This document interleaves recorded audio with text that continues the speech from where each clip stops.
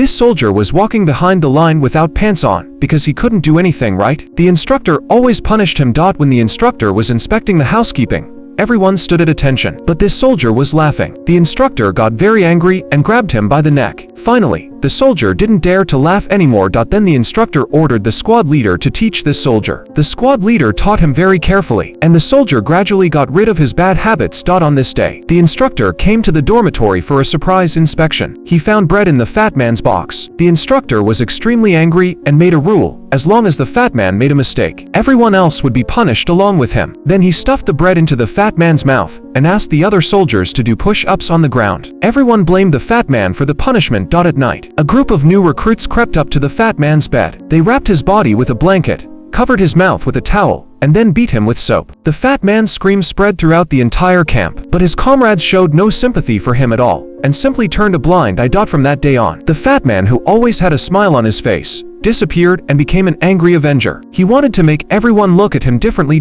In the following training, he worked 10 times harder than before. His movements were crisp and clean, and he got a high score in the shooting training. Even the instructor was shocked. The fat man's behavior was unpredictable. His strange behavior caught the squad leader's attention. He talked about this matter with the others and thought that the fat man had developed psychological problems because of the beating.